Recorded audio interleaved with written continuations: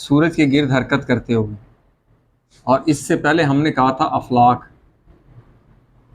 ٹھیک ہے، وہ افلاک جو ہم نے یہ عرض کیا تھا کہ یہ فلک ہے، یہ اس کا نفس ہے، پھر اس کا تعلق عقل سے ہے۔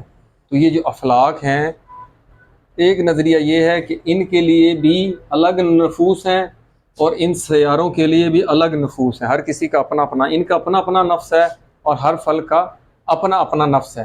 تو اس میں ہر کسی کے الگ نظریات ہیں۔ تو جیسے کہ افلاک کے لیے حرکات ہوتی ہیں، مطلب یہ فلک حرکت کر رہا ہے، ایسے ہی سیارے بھی حرکت کر رہے ہیں۔ جب سیارے پہ حرکت کر رہے ہیں اور ان کی حرکات بھی وضعی ہیں، اور ان کا وزن میں اوضاع میں حرکت کرنا یعنی قوت سے فعلیت کی طرف جانا، یہ حکم ایک ہی ہے۔ اور حکم کیا ہے کہ ان سے حیات حاصل ہوتی ہے، ان کی جیسے ہم نے کہا تھا مستدیرہ ہے۔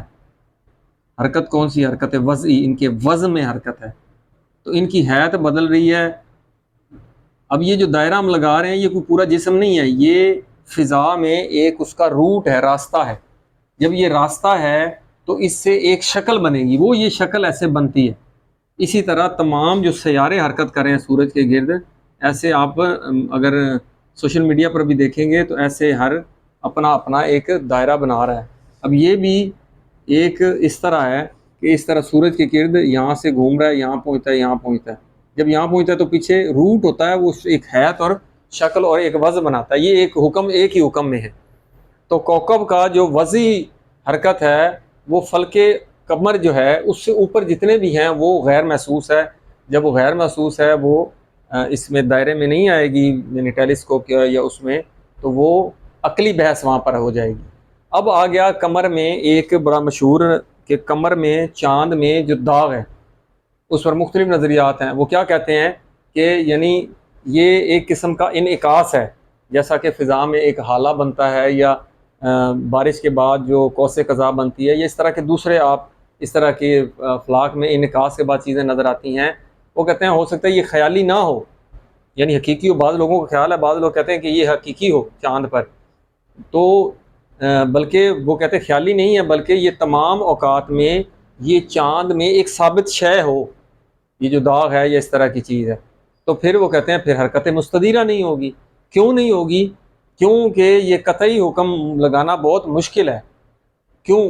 وہ کہتے ہیں کہ اظہر حکم یہ ہے کہ کوئی شے بھی چاند میں موجود نہیں ہے۔ اب تو چاند میں جا چکے ہیں، کیوں نہیں ہے؟ کیونکہ چاند کے ایک وسعت اور بساطت کے لحاظ سے اور اس کے وزن میں تغیر نہیں ہوتا۔ وزن ہوتا ہے اس کی جو حیات میں، اس میں تغیر بھی نہیں ہے، اور نہ چاند کے جو اس میں انخرام، یہ ہم پیچھے پڑ چکے ہیں، انخراق ہوتا ہے، یعنی اس میں عدل بدل نہیں ہے، نہ ٹکراؤ ہے، نہ رگڑ ہے جس سے وہ گھستا ہے۔ تو اس طرح کی کوئی چیز بھی چاند کی حرکت کے دوران اس طرح نہیں ہے۔ اس لحاظ سے فلک اور سیارے جو ہیں سب جو ہیں ان کے لیے ایک الگ الگ نفس ہے۔ اب شیخ کیا حکم لگا رہا ہے؟ شیخ ابو سینا کہہ رہا ہے کہ مبدأ حرکت سب میں ہے، یعنی اس کا فلک ایک جرمی چیز ہے، اس کا کوئی نہ کوئی حرکت دینے والا مبدأ ہے، کوئی نہ کوئی شے ہے بطور مبدأ جو اس کو حرکت دے رہی ہے، چاہے وہ سیارہ ہے چاہے وہ فلک ہے۔ تو بعض لوگوں نے کیا وہم کیا اس حرکت کے بارے میں؟ انہوں نے وہم کیا کہ قرآن کی آیت ہے وَكُلٌّ فِي فَلَكٍ يَسْبَحُونَ، کہ یہ افلاک کی جو اس فضا میں حرکت ایسے ہی ہے جیسے مچھلیاں پانی میں تیر رہی ہوتی ہیں۔ اب ہمیشہ جب بھی تشبیہ دی جاتی ہے تو دونوں چیزوں کے درمیان جہت تشبیہ کا ملاحظہ ایک ہونا چاہیے، کہ مثلا پانی ہے اور اس میں مچھلیاں آزاد ہیں، جبکہ پانی میں کوئی حرکت نہیں ہے، مچھلی میں حرکت ہے۔ اس کے برعکس فضا میں جو حرکت ہو رہی ہے، افلاک بھی اور جو کواکب ہیں یعنی سیارے بھی، وہ الگ الگ آزاد حرکت کر رہے ہیں۔ اس لیے یہ دو کی نسبت، وہ پانی والی نسبت ابو سینا کہتا ہے نہیں ہے۔ کیوں؟ کیونکہ دونوں چیزیں حرکت میں ہیں، جبکہ یہاں پہ پانی حرکت میں نہیں ہے اختیار کے ساتھ۔ افلاک ہوں یا کواکب اور سیارے ہوں، یہ حرکت کر رہے ہیں۔ جب حرکت کر رہے ہیں تو عقلی لحاظ سے ان کو ایک محرک چاہیے۔ جب محرک چاہیے، پھر حرکات بھی سب کی ایک دوسرے میں اختلاف ہے، ٹھیک ہے؟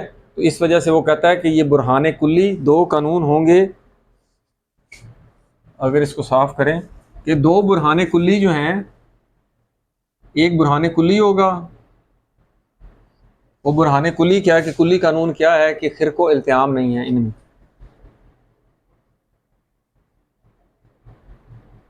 نہیں ہے. جب خرق و التیام نہیں ہے، اور دوسرا کہ برہان حدثی کے لحاظ سے، برہان حدث کیا ہوتا ہے دیکھنا، یعنی رصدگاہ کے حساب سے بھی اور عقلی اعتبار سے بھی کیا ہے کہ جو کمر کے تدویر کا مرکز ہے وہ ہر دوروں میں، وہ کمر جو ہے کوئی بھی شمس لے لیں یا یہ لے لیں، یہ خارج المرکز ہو یا تدویر ہو، ان میں اوج اور عزیز ہوتا ہے. جب اوج ہوتا ہے تو یہ ایسے حرکت کرتا ہو، یہ اوج ہوگی، ادھر سے یہ اوج ہوگی، ٹھیک ہے. پھر اس کا عزیز ہوگی.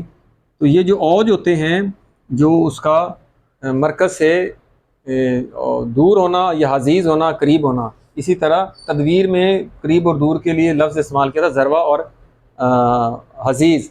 تو ہر دورہ میں کیا ہوتا ہے، اوج دو دفعہ آتا ہے اور وہ دونوں ایک جگہ جمع نہیں ہو سکتے، کیوں؟ وہ آمنے سامنے ہوتے ہیں.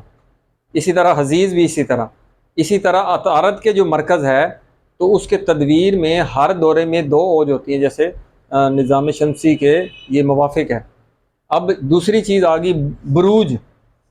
یہ دو نظریات کے حساب سے ہر جو فلک ہے اس کا الگ نفس ہے، اور ہر جو کوکب ہے یا ستارہ ہے اس کا الگ جو ہے اس کا نفس ہے. تو اب یہاں پر آگے کہ بروج،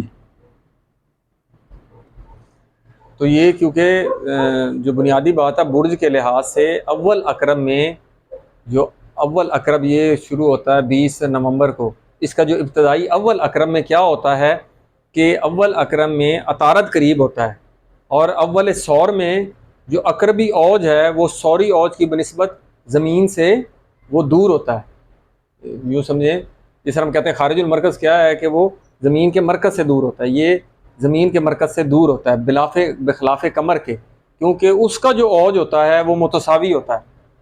تو یہاں پر یہ تھوڑا سا دقیق بحث ہے. جو مادہ لوگ ہیں، مادیت پرست، تو وہ لوگ میٹیریلسٹک، وہ ان کو بروج کو اتنا نہیں مانتے، کیونکہ ان کے اپنے آثار ہوتے ہیں. اب جس پیریڈ میں مطلب پیدائش ہوتی ہے اس کے حساب سے اس کے ایک آثار ہوتے ہیں. اب جو 12 برج بنائے گئے ہیں جیسا کہ حمل ہے، ثور ہے، جوزہ ہے، سرطان، اسد، سنبلہ، میزان، پھر اس کے بعد نومبر میں عقرب ہے، پھر اس کے بعد قوس، جدی، دلو، ہوت. ان کی اب انگلش میں خیر نام ہے کہ ٹورس ہے، جیمنائی ہے، کینسر ہے، لیو ہے، ورگو ہے، یہ سارے سیارے. تو ان کے لحاظ سے وہ کیا کہہ رہا ہے کہ جو قمر ہوتا ہے اس کے اوج متساوی، اسی طرح اس کے حزیز بھی متساوی ہوتے ہیں. کیوں؟ کیونکہ وہ سرطان اور ہوت کے کس میں ہوتا ہے کہ اس کے اوائل میں، اول میں ہوتا ہے. تو یہ بحث انشاءاللہ آگے ضرورت پڑی تو انشاءاللہ یہ جو 12 برج ہیں ان کی بحث آئے گی. لیکن یہاں صرف یہی ثابت کرنا تھا کہ جتنے بھی سیارے ہیں یہ حرکت کر رہے ہیں، ان کا محرک ہے، اور محرک کیا ہوگا؟ مبدا ان کا نفس. اسی طرح افلاک ہم پہلے بھی کافی مباحثے کر چکے ہیں کہ یہ بدن ہے، فلک کا بدن، اور بدن بذات حرکت نہیں کرتا، اس کو حرکت کے لیے محرک چاہیے اور وہ اس کا نفس ہے. جب یہ بدن ڈھیر سارے ہیں ہر سیارے اور افلاک کا، تو ہر کسی کا اپنا اپنا ایک نفس ہے. تو یہ دو باتیں ثابت ہو گئیں. پہلے ہم نے ثابت کیا کہ افلاک یا سیارے یہ کثیر ہیں. اب یہاں پر کہ ان کے اس بنیاد پر ان کے نفوس بھی کثیر ہیں. پھر اس کے بعد اگلی بحث آئے گی کہ عقول، اور پھر ایک چیز اور رہے گی کہ یہ جو نفس کی حرکت دے رہا ہے، محرک ہے اس بدن کا، اخلاق جرمی کا، اس کا جو مبدا ہے وہ جو ہے عقل ہے. وہ عقل سے کیوں ربط؟ کیونکہ اس کی حرکت نفس اس کا مشتاق ہے، شوق رکھتا ہے کہ اس سے ہم رنگ ہو. اس کی بنیاد کیا ہے؟ وہ علت ہے. ہر جو معلول ہے اپنی علت کی سے رغبت اور شوق رکھتا ہے اور اس جیسا بننا چاہتا ہے. تو انشاءاللہ اگلے مباحثے میں پڑھیں گے. الحمدللہ رب العالمین.